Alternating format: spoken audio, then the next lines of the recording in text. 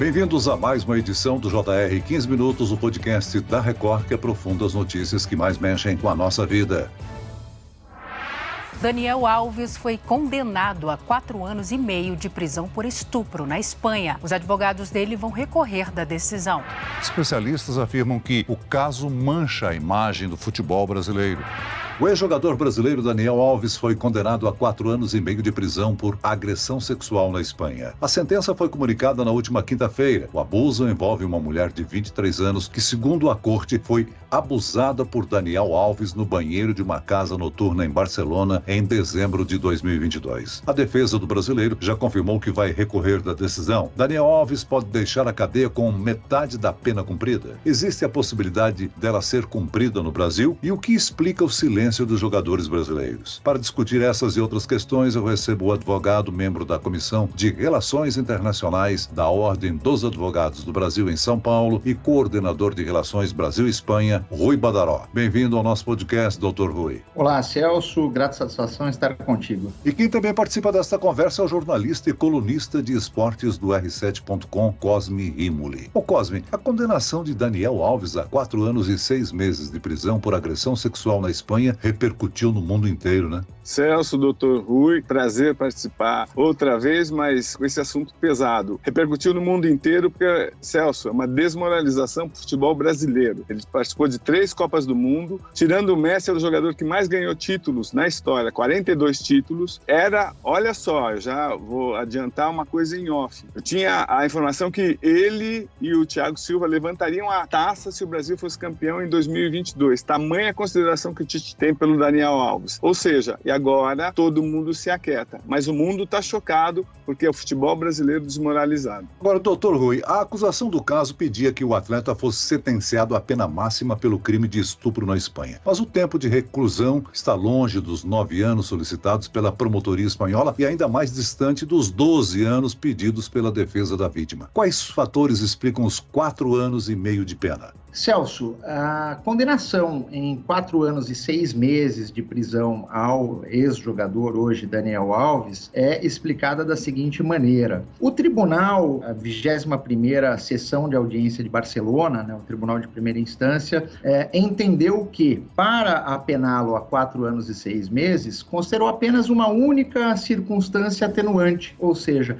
o depósito voluntário daqueles 150 mil euros que foram emprestados pela família do jogador Neymar para ele. E essa circunstância atenuante de depósito voluntário durante o processo, independentemente do resultado do processo, representou o motivo pelo qual o tribunal sentenciou ele a esses 4 anos e 6 meses de prisão. Mas atenção, Celso, notem que a pena não foi somente essa. Perceba que, para além dos 4 anos e 6 meses de prisão, Daniel Alves também foi condenado a 5 anos de liberdade vigiada após o cumprimento da pena de prisão, distância de pelo menos 1 quilômetro da casa, do local de trabalho da vítima e não sendo permitido a ele entrar em contato com ela durante 9 anos e 6 meses. Houve também a condenação na desqualificação especial para o exercício de emprego, cargo público, profissão ou ofício relacionados com menores de idade durante 5 anos após o cumprimento da pena de prisão. A tal da indenização de 150 mil euros por danos morais e físicos, bem como 2 meses de multa com taxa diária de 150 euros, com a responsabilidade pessoal subsidiária em caso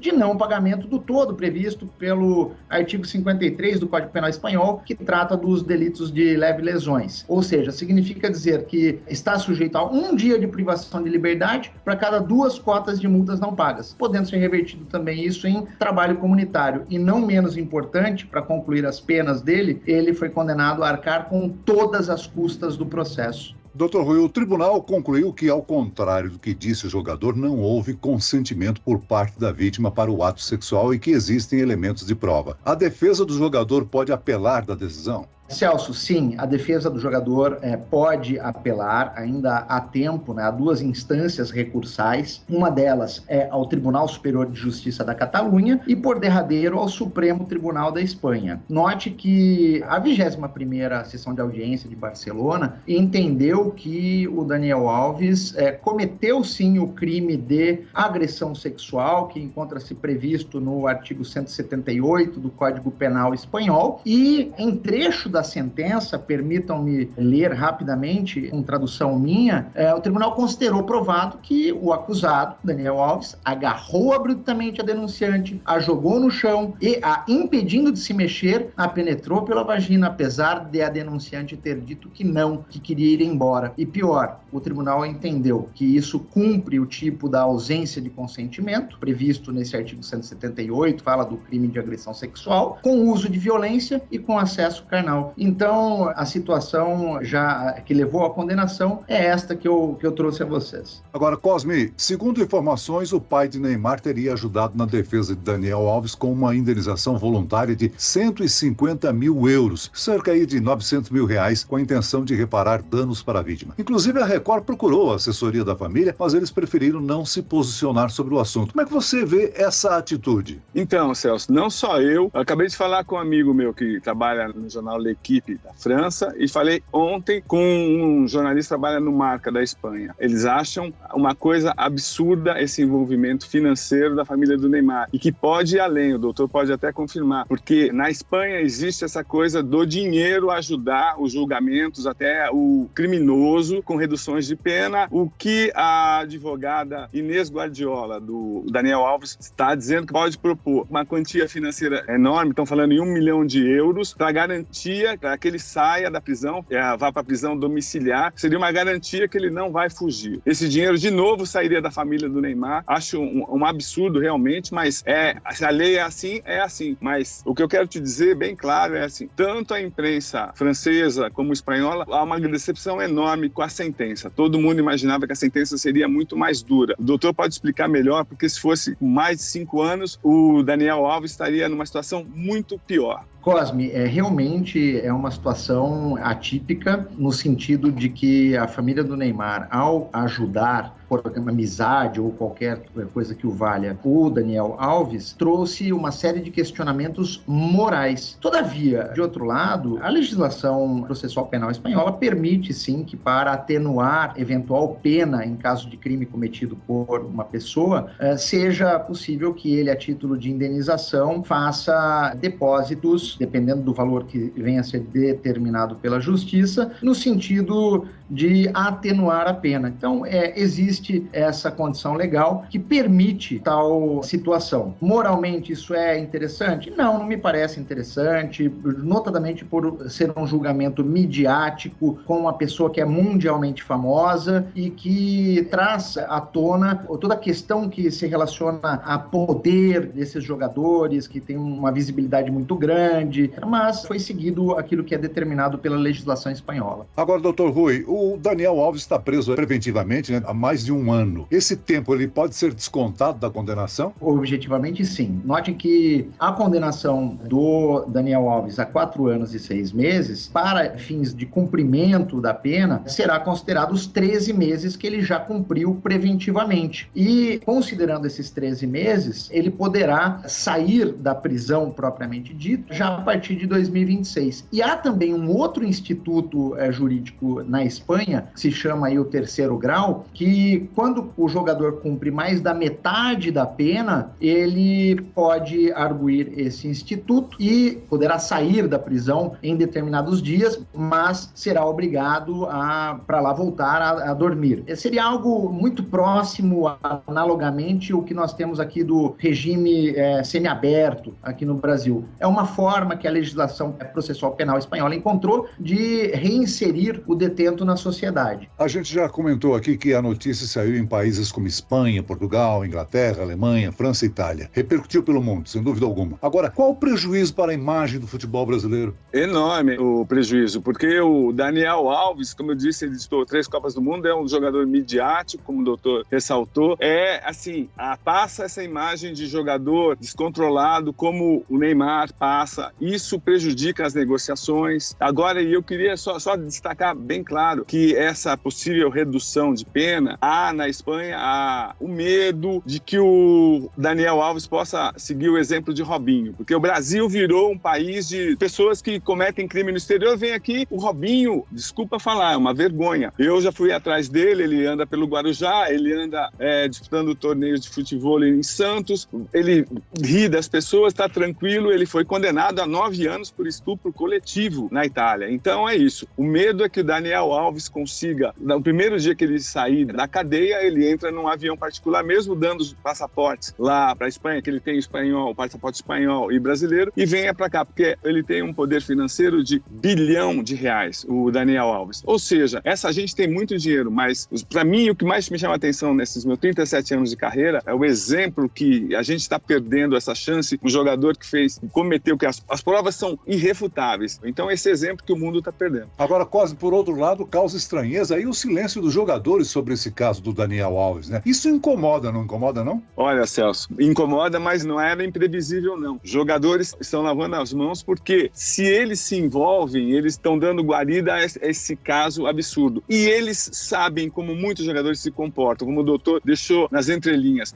Os jogadores acham que podem tudo, entendeu, Celso? Então isso já acontece há décadas e décadas. Finalmente agora eles estão sendo punidos. Não tem cabimento. Acompanhem as provas. São terríveis, terríveis. Cosme e Celso, permitam-me fazer um comentário sobre a questão do Robinho. Percebam que, óbvio que Robinho foi condenado na Itália por estupro e lá nem estava, né? Estava aqui no Brasil e há um sentimento de impunidade com relação a ele. Mas a justiça requereu a homologação dessa sentença estrangeira no Brasil, no STJ, e nós teremos, Cosme, com certeza uma mudança aí de situação do Robinho nos próximos meses. Tenha certeza disso e muito provavelmente ele terá que cumprir pena aqui no Brasil. Esse já é o pedido da PGR, da Procuradoria-Geral da República, nesse sentido, visto que preenche todos os requisitos para homologação dessa sentença estrangeira que o condenou criminalmente lá na Itália. A diferença da legislação que ampara as mulheres em caso de estupro, de agressão, na Espanha com a legislação brasileira. Há diferença, doutor?